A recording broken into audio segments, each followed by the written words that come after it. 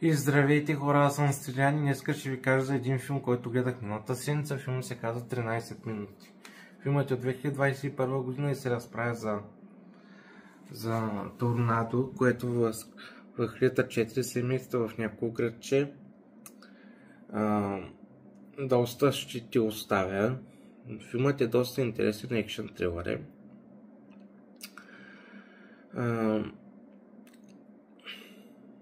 Много жертви, много така.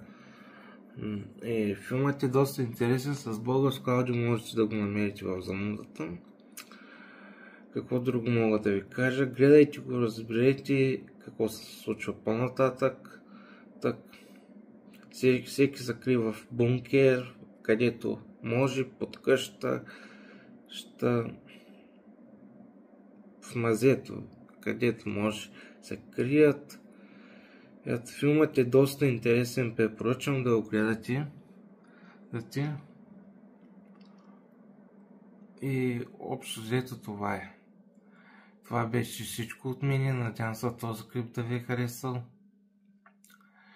И ако е така, пръснете един лайк, абонирайте се за канала ми с камбанка, че да получавате известия, когато кача ново видео.